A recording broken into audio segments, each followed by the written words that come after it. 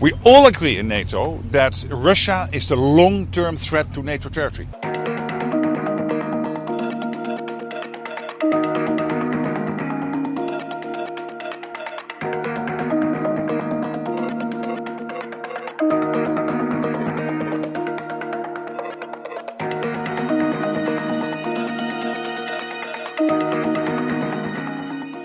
I'm not seeing a situation where the US is walking. I'm seeing a situation where under President Trump's leadership, this could be brought to a positive end. And that is very important, and I really want to thank him for that. How does the global trade work? Do you think that Russian president wants to make peace?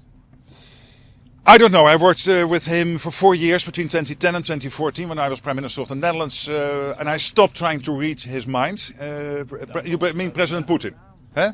President Putin. You meant the Russian president? Yeah. Yes. So I worked with him for 4 years between 2010 and 2014. I stopped trying to read his mind. We'll see, but there is something on the table now, I think, where the Ukrainians are really playing ball. And I think the ball is clearly in the Russian court now. How does the global trade war affect Is it accurate to say that you urged U.S. officials not to pressure Ukraine into accepting a peace deal that favors Russia? No, it's not accurate, no. Secretary General. How much are you encouraging other NATO allies to spend on their defense? What would you like that percentage to be? Yes, it has to be considerably higher than this famous 2%, which we wanted to achieve by 2024. We have seen the last couple of days countries like Belgium and Spain and Italy saying we will reach the 2% in time for the summit. So that's not 2024, but close. But clearly with 2% we cannot defend NATO territory. It has to be considerably higher. And I've said before, it has to be considerably north of 3%. And this is based not on an assumption, but based on careful planning. We know exactly which capabilities we need to reach.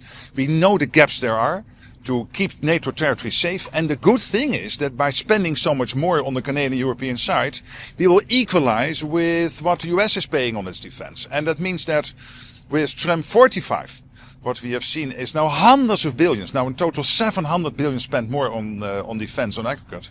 But this will indeed bring in not billions, but trillions more for the coming years. Upon your conversations that you've had here in Washington with the Defense Secretary, with President Trump, from your take, do they understand the threat that President Putin has on Europe as a whole, not just on Ukraine, but Europe as a whole, even to countries that aren't in NATO, like Moldova? We all agree in NATO that Russia is the long-term threat to NATO territory, to the whole of the Euro-Atlantic territory. Are you concerned about Turkey? The president was asked about concessions. Are you aware of any concessions from the Ukrainians or the Russians? And should the Ukrainians be concerned that a deal won't be in their favor? Well, you know, when you are in peace talks, somehow you have to negotiate. But I think I'm not helping a successful conclusion of these talks. And I really believe that some huge steps have been taken over the last couple of days. And the London meeting yesterday was successful.